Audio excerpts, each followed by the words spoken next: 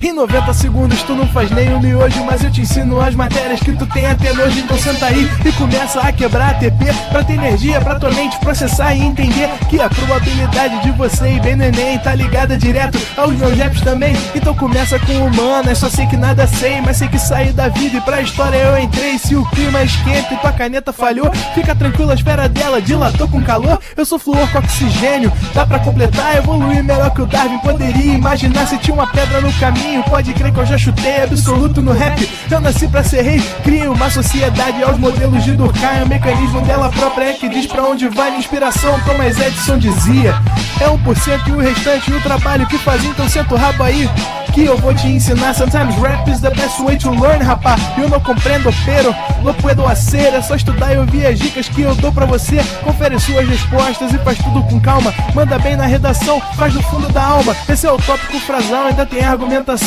E a resposta pra você eu deixei na conclusão. Se tá nervoso, se acalma pra mandar bem. E se liga nos vídeos que eu te preparo pro Enem.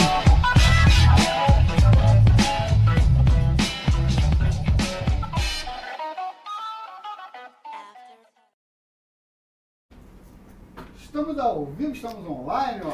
Salve galera do ProEnem, pedindo bênçãos, entidades do tempo, para falar com vocês hoje sobre esse assunto sempre muito pesado, é uma das aulas mais pesadas do ano.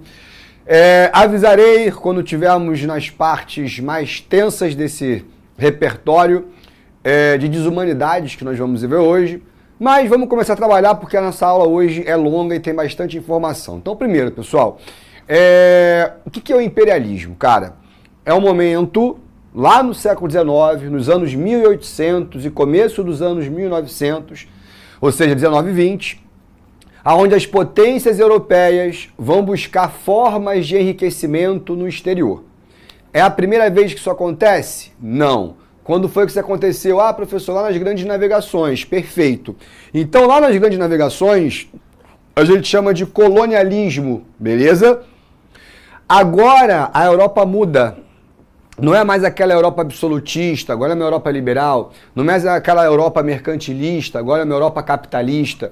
Não é mais aquela Europa escravocrata, agora é uma Europa que busca mão de obra, se ligou? Que passa pela segunda revolução industrial. Então, o colonialismo das grandes caravelas ficou lá para trás. Show? Agora, a gente fala de neocolonialismo. Então, um outro nome importante que a gente dá para imperialismo é o neocolonialismo. Então, fiquem ligados que isso aí é questãozinha batata, beleza? Que é comparar esses dois modelos. Lá no século XV até o XVII, mais ou menos, no começo do XVIII, práticas mercantilistas, aqui práticas capitalistas.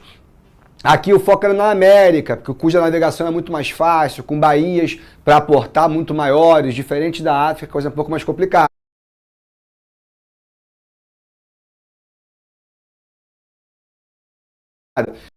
Só que essa América agora também absorveu o liberalismo e passou por um processo de independência. Então já fica mais complicado. Você vai fazer imperialismo? Vai.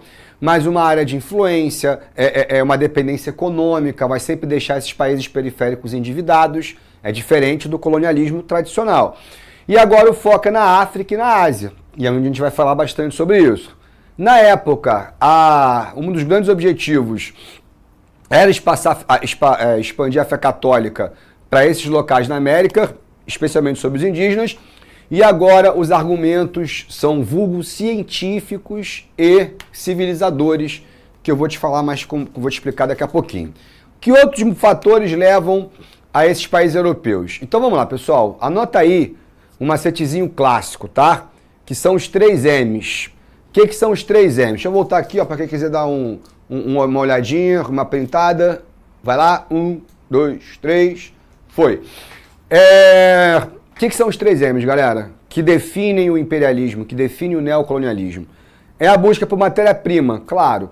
Essa Europa industrializada, ela precisa de petróleo, de ferro, manganês, de lítio, de madeira, de marfim, de um monte de coisa.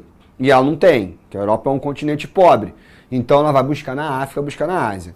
E também aplicação M de mercado consumidor. Essa revolução industrial que a Europa passou, ela agora exige venda. E aí você vai vender para a Europa, mas se você vender para a Europa, se você vender para a África, se você vender para a América, você multiplica os seus ganhos. E o terceiro M, mão de obra barata. Não é que está faltando gente na Europa, mas na Europa tem movimento sindicalista, movimento operário, movimento socialista. Então começam as primeiras cartas trabalhistas a serem feitas e fica mais caro. Então, ao invés de abrir uma fábrica de bicicleta em Londres, eu abro uma fábrica de bicicleta em Calicut, pô, que não tem leis trabalhistas e que eu consigo explorar a mão de obra local. Se ligou? São os 3 M's.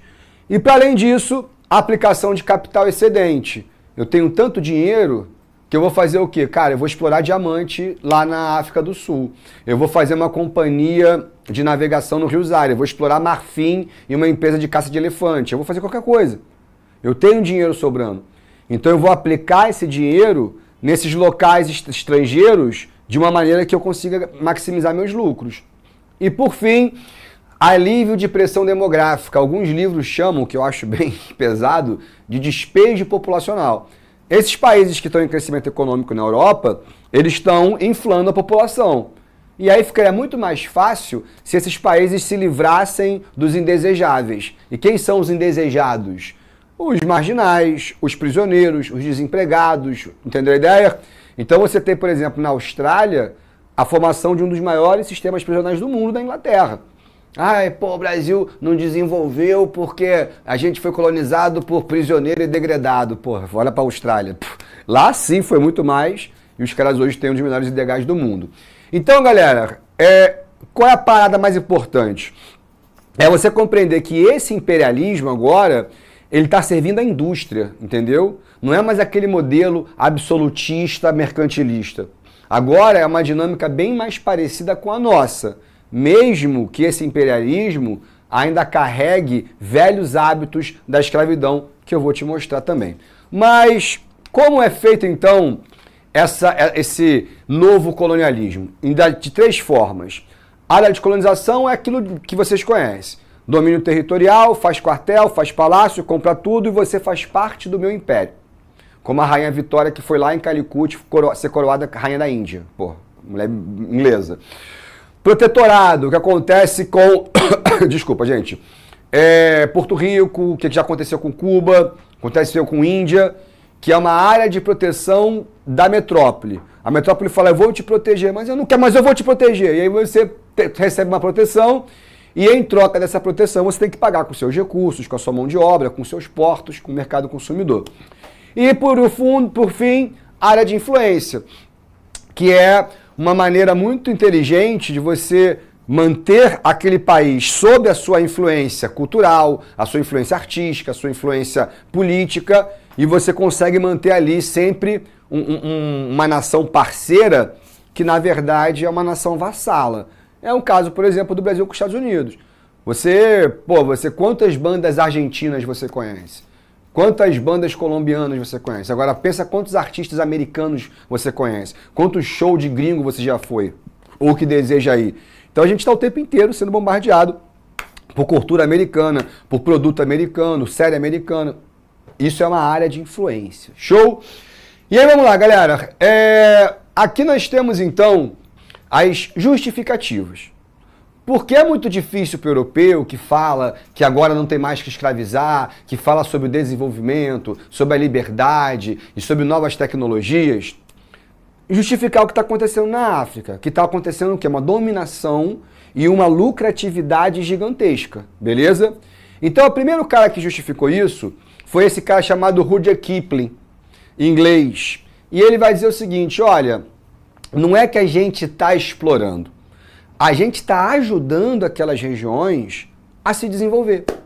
Quando é que os egípcios seriam capazes de construir um canal de Suez? Quando é que os congoleses iam conseguir fazer uma companhia de navegação no Rio Zaire? Quando é que a cidade do Cabo ia conseguir fazer um porto de grandes expressões? Nunca. Quem fez tudo isso? Nós, ingleses. Então nós estamos ajudando, levando a nossa tecnologia, levando o nosso dinheiro. Inclusive é um fardo, do homem branco. Ah, qual é, professor? Eles falavam que era um fardo? Não só falavam, como ensinavam. Isso aqui é página de colégio, de livro escolar. Isso aqui é o tio Sam. E o que ele tá levando nas costas? O havaiano, o cubano, o haitiano. Pô, o maluco tá na idade da pedra lá. Pelo menos na pedra, na Revolução Neolítica, né? Pelo menos já na pedra polida.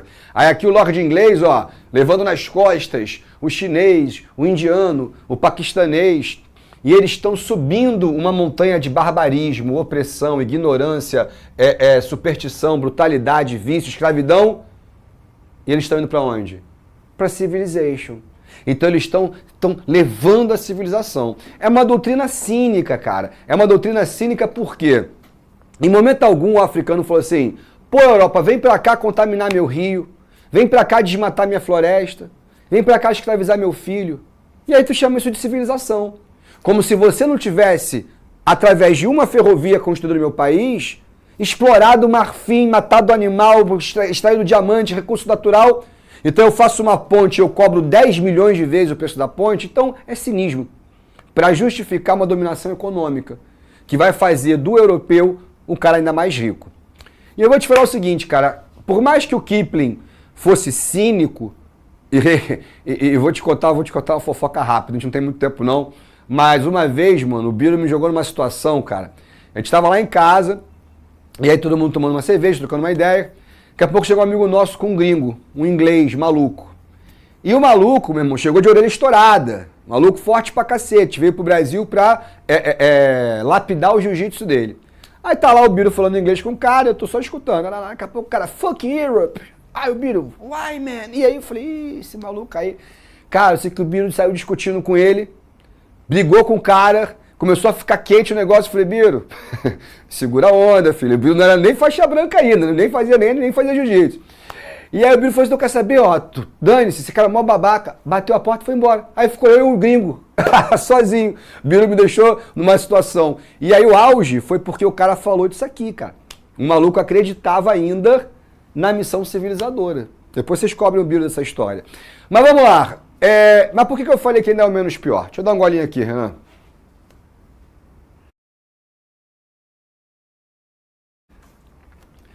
Porque um cara chamado Herbert Spencer vai querer pegar uma das teses mais irrefutáveis da história, feita também no século XIX, por um cara chamado Charles Darwin, que viajou, porra, meu irmão, o mundo inteiro, coletando milhões de espécies animais e vegetais, para chegar a uma tese: a seleção natural das espécies, que acontecem, porra, na savana africana e que está acontecendo no meu bigode, em micro-organismos e com macro-organismos, e que essa evolução é transmitida geneticamente para as próximas gerações.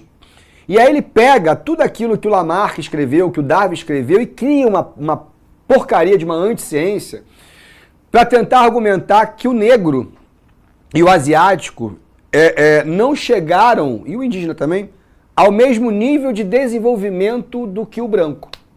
Então ele vai tipificar as espécies humanas.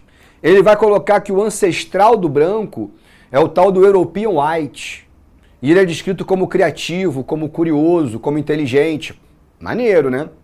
Agora, o ancestral mais próximo do africano é o africano da niga, que é descrito como negligente, preguiçoso e obediente. Obediente é o quê, então? O cara é escravo. Nasceu para ser escravo, biologicamente nasceu para ocupar cargos inferiores, porque não tem a capacidade intelectual de produção do que o branco. Então, o Museu de Ciências Naturais da Inglaterra colocou aquela linha da evolução em tamanho real. E aí colocou o primata, o Homo erectus, não, o primata, o Australopithecus, o Homo erectus, o Homo habilis, o Neandertal, o negro e o branco. O negro atrás do branco.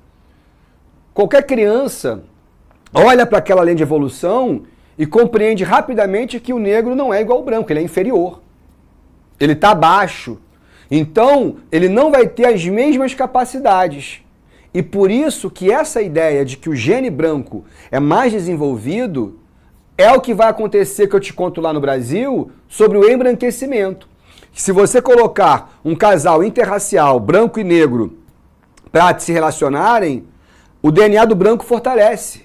E aí nasce mais branco, até que você consegue embranquecer. E é óbvio que isso jamais vai acontecer. Sabe o que o europeu não fez, se ele quisesse realmente ter uma prova cartesiana do assunto? Colocasse então 10 crianças europeias, asiáticas, africanas, no mesmo colégio, desde criança, com o mesmo material de ensino, com os mesmos professores, com o mesmo ritmo de vida. Na cabeça desse cara, o que aconteceria? Os 10 melhores atletas do colégio seriam brancos. Os 10 melhores matemáticos seriam brancos. Os 10 melhores escritores seriam brancos. É isso que acontece? Não. Não é. Então, assim, fizeram isso? Não. Então, assim, não é uma ciência. É uma forma de distorcer a verdadeira ciência para justificar uma ação imperialista. E aí, assim, eu já tive alunos, assim, por isso que eu mostro nessa aula um monte de coisa pesada mesmo, porque eu já tive aluno que falou assim, na minha cara, um maluco louro, de olho azul, ricão da Barra, assim.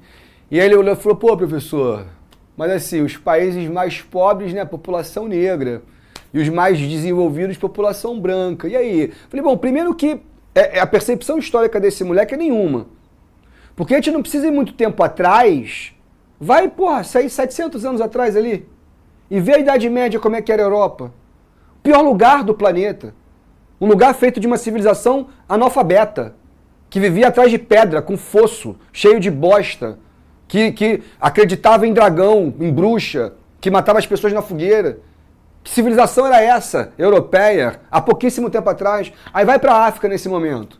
Primeira universidade do mundo, Universidade do Mali. E se fizeram universidade na Europa, porque aprenderam com a África, e com a África negra. Não é a África árabe, não. E que também é colocada aqui como inferior. Mas o algarismo que o europeu vai utilizar é o algarismo árabe, a tecnologia árabe. A Universidade de Salamanca foi feita por influência africana. Eram reinos muito mais desenvolvidos. Ah, professor, mas se a gente for para antes da Idade Média, Grécia e Roma. A Grécia copiou o Egito. E o Egito, junto com o reino de Aksum, que é o chamado os egípcios faraós negros, tinha a mesma tecnologia, que foi copiada pelos gregos e levada para a Europa.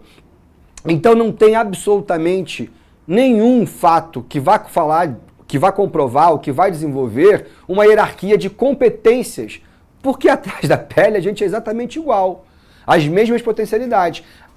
A diferenciação de pigmentação se faz por vários assuntos, mas a verdade é o seguinte, todo mundo já foi preto um dia, porque nasce da Etiópia, nasce da África. Então essa semana, os cientistas ingleses fizeram a reconstrução exata do fóssil de Homo sapiens mais antigo da Inglaterra. O cara é negro, irmão.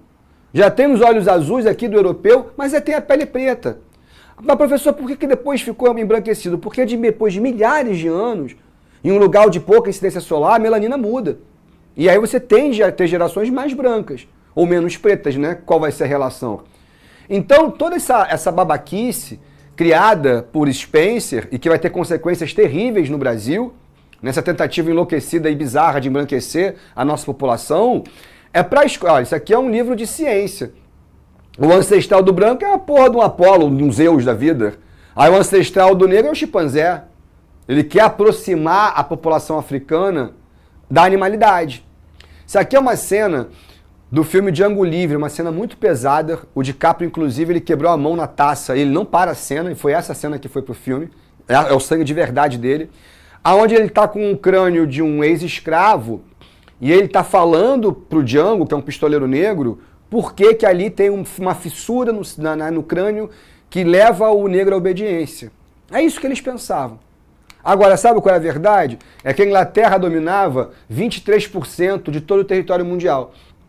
E ganhava dinheiro, uma ilhazinha desse tamanho, que só faz chuva e frio o ano inteiro, explora o mundo todo para ficar sentado em ouro, meu irmão. É a era vitoriana. A suposta ciência que foi feita é para justificar a dominação. Se ligaram? Então vamos lá, galera. Na Europa, vovô ainda governa a Alemanha. Ainda é o chanceler Otto von Bismarck.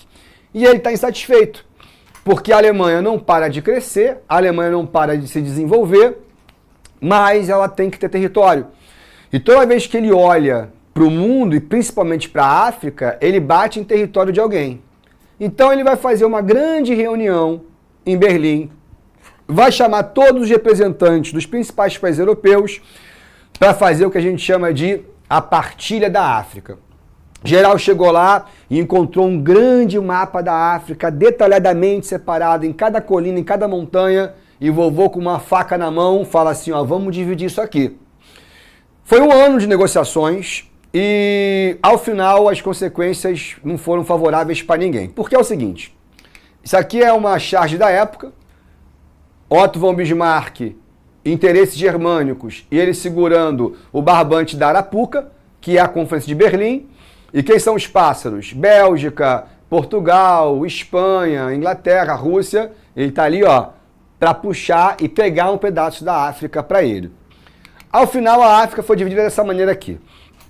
Primeiro, a Alemanha pega 2 territórios que não deixou ela satisfeita.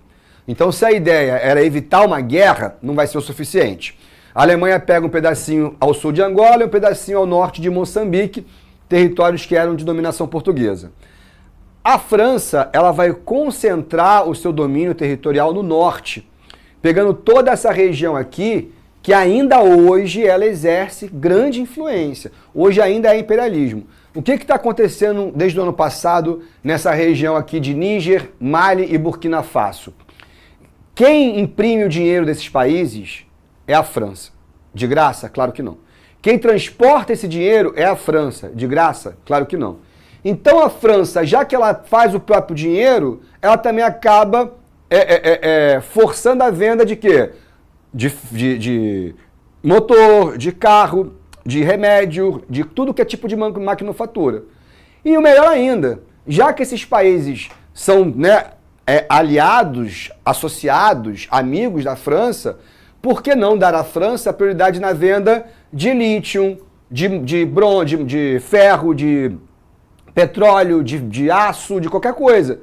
E aí, como são países muito pobres, a utilização da mão de obra infantil é completamente normalizada, já que as leis trabalhistas ali são flexíveis.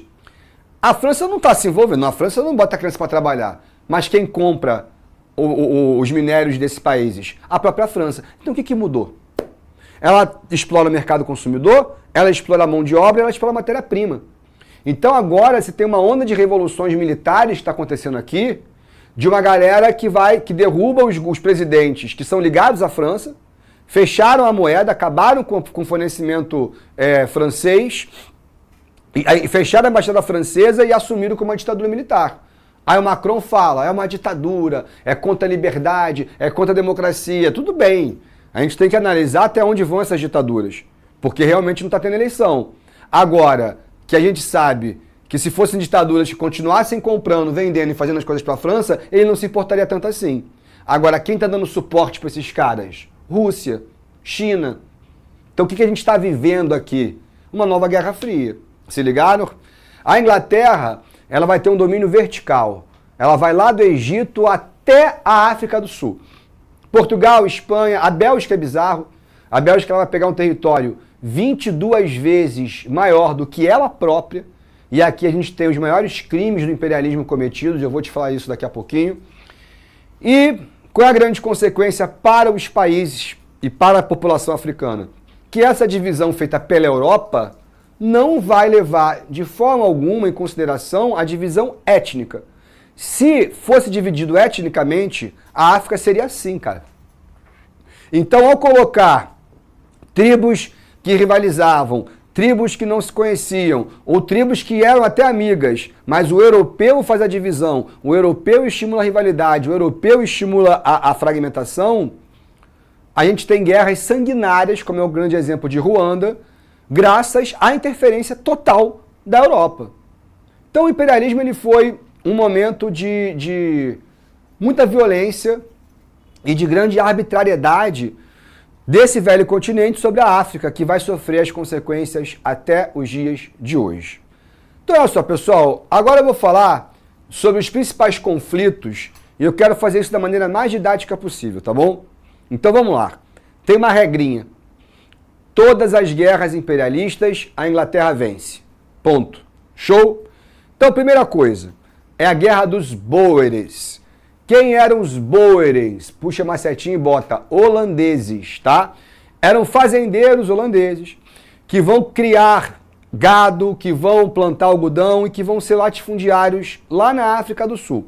Pode reparar que na África do Sul você tem vários nomes de origem holandesa, como Orange, aqui ó, Transvaal, cadê? Aqui, Swaziland, são cidades holandesas e que levam esse nome até hoje na África do Sul.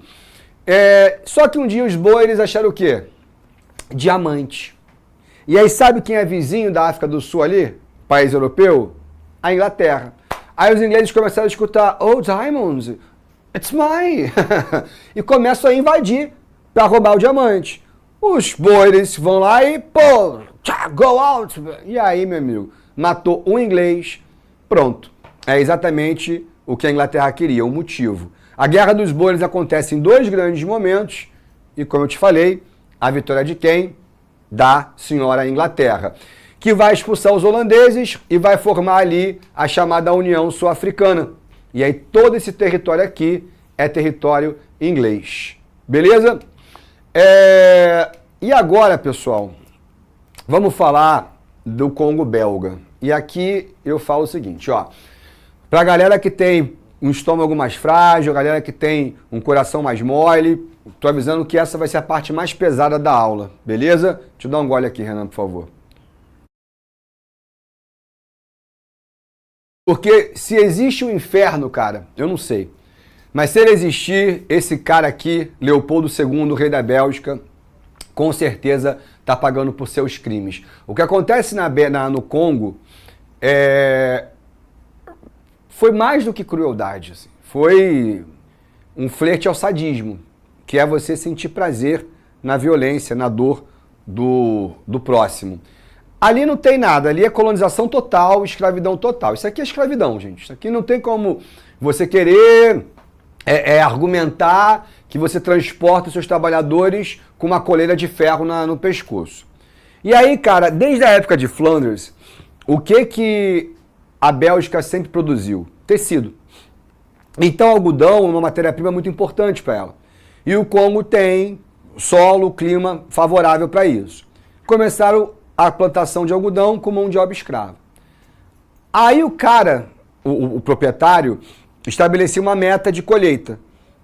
Se o escravo não conseguisse cumprir aquela meta, ele perdia uma mão. Cortava, mutilava a mão do cara. E aí tu fala, meu Deus, que crueldade. Mas não para por aí. Porque depois que a mão era cicatrizada, ele dava uma segunda chance. Só que com a mesma meta, que o cara não tinha conseguido com as 2 mãos. E aí, como ele não consegue de novo, ele corta outra mão. Ou ele corta um pé. Mas não para por aí. Porque geralmente quem são os trabalhadores que não conseguem bater essa meta? As crianças. Então a maior parte dos escravos mutilados, covardemente, eram de crianças e adolescentes. E não para por aí. Porque depois de mutilados, essas mãos e pés dessas crianças eram entregues aos pais, que eram submetidos à exposição de foto, para aprenderem com o erro dos seus próprios filhos. Então, assim, o que leva o cara a cortar a mão da sua própria propriedade? Não tem nenhum sentido a não ser a total violência e a total falta de empatia. Galera, acho que empatia nem cabe nessa comparação. Para quem não quer assistir, por favor, agora eu vou colocar imagens muito fortes. Tem professor que fala, pô, tu não tem necessidade. Eu gosto de colocar, mas não é porque eu gosto de impactar. É porque tem gente que não acredita. Tem gente que acha que é mimimi, que é besteira, que é falta de trabalho, etc. E aí esquece que, pô, os caras trabalharam. Trabalharam desde os 7, 8 anos de idade para serem mutilados covardemente pelos seus supostos proprietários. Isso aqui são os pais com as mãos dos seus filhos. Isso aqui é um pai olhando para o pé e para a mãe do seu filho. E outros tantos exemplos. Todas as estátuas de Leopoldo II sempre são atacadas com mãos vermelhas e escreve-se The Hands Congo, as mãos do Congo, e sempre jogam essas tintas como forma de protesto, perdão, pedido de desculpa e tal. Somente em 2021, o atual rei da Bélgica vai pedir oficialmente desculpas ao Congo, surreal, de 2021. E agora que estão começando a retirar das estátuas de Leopoldo II, porque é a mesma coisa que você botar uma estátua de Hitler, cara. Não tem muita diferença, não. Esse cara foi, sem dúvida, um dos reis mais cruéis da história. E também organizou as exposições coloniais, que na verdade eram jardins zoológicos humanos. Então eles pegavam uma tribo indígena da Amazônia, drogavam os caras e exibiam como se fossem bicho, para que os lords europeus assistissem aquelas pessoas exóticas, sem um mínimo de compreensão da realidade de cada cultura, pô. Mas a barbárie da arrogância, né, que cega o europeu sobre qualquer perspectiva de quem é o próximo, de quem é o outro. Vamos para a Ásia. Na Índia, nós temos a chamada Revolta dos Cipaios, ou Guerra dos Cipaios. Os cipaios são esses caras aqui, pessoal. São soldados militares indianos que vão ser obrigados a servir ao exército britânico. A Inglaterra vai lutar 2 guerras mundiais usando mão de obra militar indiana, isso é bizarro. E a Índia foi uma área de colonização clássica. A Inglaterra chegou lá, comprou os principais territórios, colocou um quartel, abriu 2 fábricas e começa uma quebradeira que vai gerar uma pandemia de fome que estima-se que tenha gerado entre 10 a 12 milhões de pessoas mortas. Eu estou falando de 2 holocaustos. Porque a Inglaterra chegava lá com uma máquina de tecido que produzia 300 tecidos, enquanto um artesão indiano produzia um sari, que é aquele pano de peça inteira, e que era o principal produto das Índias junto com as especiarias. Isso vai gerar uma onda de desemprego, que vai gerar uma onda de miséria, que vai gerar uma onda de fome, graças à presença dos britânicos em território indiano. Se ligaram? Então, pessoal, o estopim da guerra foi quando os soldados indianos estavam treinando com os nomes mosquetes, botavam o rifle aqui, botava a bala, pegava um saquinho, rasgava com a boca, jogava a pólvora. Tirava aqui, levantava e engatilhava, e tinha que fazer tudo isso novamente. Só que os saquinhos de pólvora eram impermeabilizados com gordura de vaca. E a vaca é um animal sagrado para os indianos. Você não pode encostar, comer a vaca de nada. E eles foram colocados, sem saber, em contato com a gordura desse animal sagrado, graças aos ingleses. E aí, eclode a Guerra dos Cipaios. E aí, como vocês sabem, guerra contra a Inglaterra vence, beleza? E aqui algumas imagens da fome indiana, uma das piores epidemias de fome da história, comparadas à Namíbia, comparadas à Somália e à Etiópia, que também vão sofrer com guerras civis e falta de abastecimento de comida e de grãos. A Inglaterra não para de fazer merda pelo mundo. E ela começa a usar a mão de obra indiana para produzir ópio. E por que vai produzir ópio? Para vender para a China. A China usava ópio há milênios, é sério, há mais de 4 mil anos. E usava de 2 maneiras. Em um momento especial da semana, como forma de meditação e como anestesia. Porque o ópio, ele é uma droga muito, muito pesada. Inclusive, é a substância principal que, sintetizada, você faz a heroína. O cara que fuma o ópio, o cara que injeta heroína, eles têm a mesma reação, ele apaga, puf. Não é igual a cocaína, o êxtase, que deixa o cara ligadão, ou igual a maconha, que deixa o cara lentão, não. É uma viagem de sono. Então, os chineses usavam para fazer cirurgia, como anestesia, e também usavam em um dia da semana, mas nunca foi um problema de saúde pública. Quando a Inglaterra começa a vender ópio, começa a ter muito mais ópio do que o necessário, meu irmão, o índice de importação dispara. Sai de 50 quilos de importação de ópio para 6,5 toneladas. É uma coisa assim impressionante. E aí o consumo em excesso de ópio não vai fazer o seu país uma Jamaica, se é que vocês me entendem. Não, vai fazer o teu país uma Cracolândia, cara. A galera deixa de comer, a galera para de dormir, e aí vira um problema de saúde pública. O que as autoridades chinesas fizeram, obviamente? Proibiram a importação do ópio e a venda por qualquer comerciante estrangeiro. O que a Inglaterra fez? Fuck you. Continuou vendendo. Até que um dia as autoridades chinesas fizeram uma festa do ópio e jogaram o ópio no mar. Entenderam a relação da festa do ópio, a festa do chá de Boston, né? Jogaram o ópio no mar e aí pronto. Inglaterra fala, oh fuck, e aí começa a guerra do ópio. Quem vence? Inglaterra. A China é obrigada a assinar o Tratado de Nanquim, abrindo seus portos ao livre comércio inglês, e vai ceder à Inglaterra a ilha de Hong Kong, cara. Então a ilha de Hong Kong ela vai sofrer uma administração capitalista até 1997, com a União Europeia. E aí ela é devolvida para a China. Mas como é que devolve para a China uma região em pleno desenvolvimento capitalista para um país de estrutura socialista com Estado interventor? Então por isso que Hong Kong e China estão sempre nessas tensas relações diplomáticas, tá? Estão se resolvendo aos pouquinhos. Então esse período que todos os países europeus vão invadir a China, a gente chama de break-up da China. Ela vai ser dividida, estraçalhada, saqueada. E é aí que você vai ter um primeiro movimento nacionalista chinês dos chamados Boxers. Esses caras são monges Shaolins, mestres do Kung Fu, que desde os 5 anos de idade vivem nos altos templos das montanhas chinesas e misturam uma espécie de meditação com arte marcial. Então, cara, desde os 5 anos o moleque tá, meu irmão, apanhando de vara e lutando de olho fechado e passando o pezinho descalço em cima de brasa e, porra, abrindo envergadura na parede. Quando os moleques chegam com 19, 20 anos, estão lá dando 10 passos na parede igual Naruto. E essa galera, quando desce, coisa que eles nunca desceram, eles começam a receber apoio do exército imperial.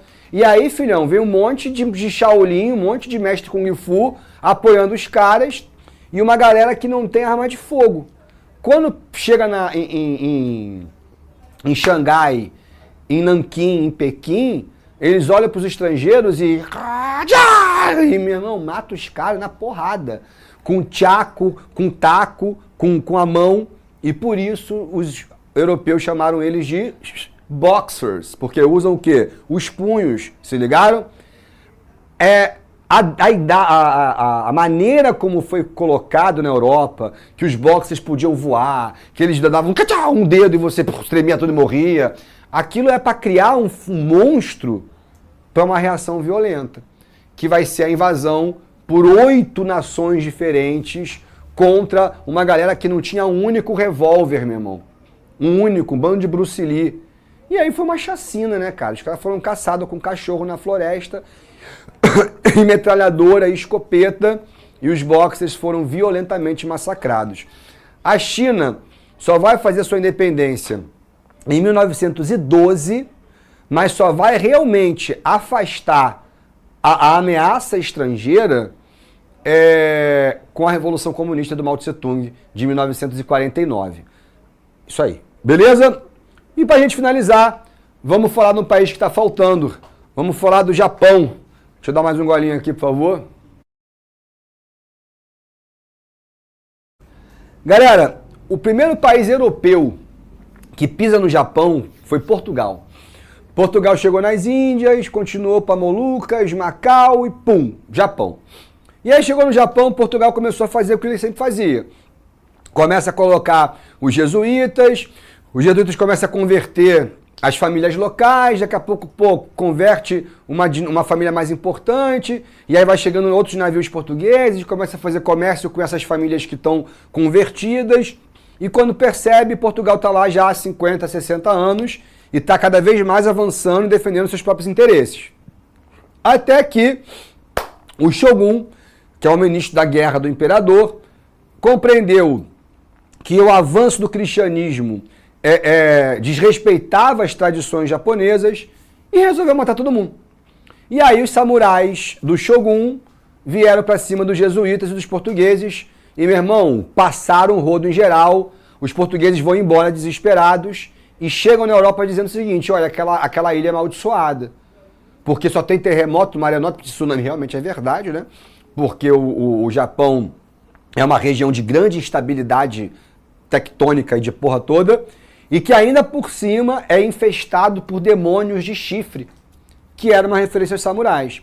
Então essa lenda sobre o Japão acaba favorecendo com que nenhum outro país queira voltar. E o Japão se manteve da mesma forma por 300 anos. Então, quando os americanos chegaram lá, em 1854, com o almirante Perry, os americanos encontraram um Japão feudal. Quando eu falo feudal, não estou exagerando, não. Era realmente um país que não tem pólvora e que é organizado através de um imperador que não tem poder. Não é que não tem poder, mas o poder é descentralizado, porque existem os daimios. Então, quem são os daimios? São os senhores feudais.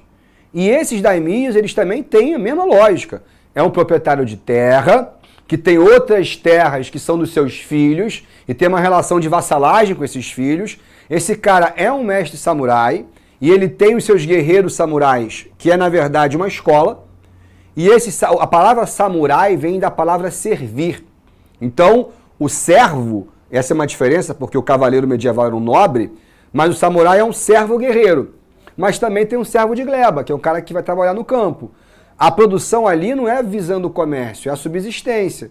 E esses daimios têm milhares de anos e ora brigam por terra ou disputam pela habilidade dos samurais para ver quem tem a melhor técnica, o que descentraliza o poder.